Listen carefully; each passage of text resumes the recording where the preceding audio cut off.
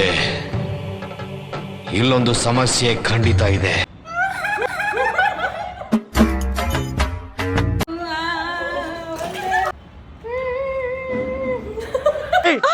ಮೊದಲು ಸರಿಯಾಗಿ ಮಾತಾಡೋದ್ ಕಲಿ.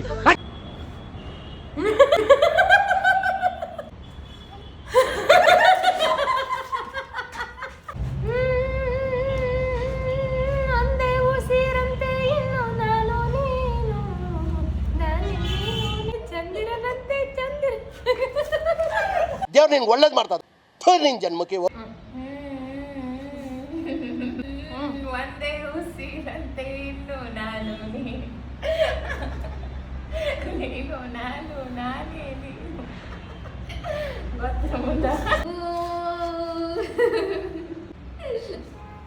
ಆಡ್ತಿಗೆ ಜೋಗ್ ಬಂದರೆ ಎಲ್ರೂ 10 ಸೆಕೆಂಡ್ ಮೌನಾಚರಣೆ ಮಾಡೋಣ.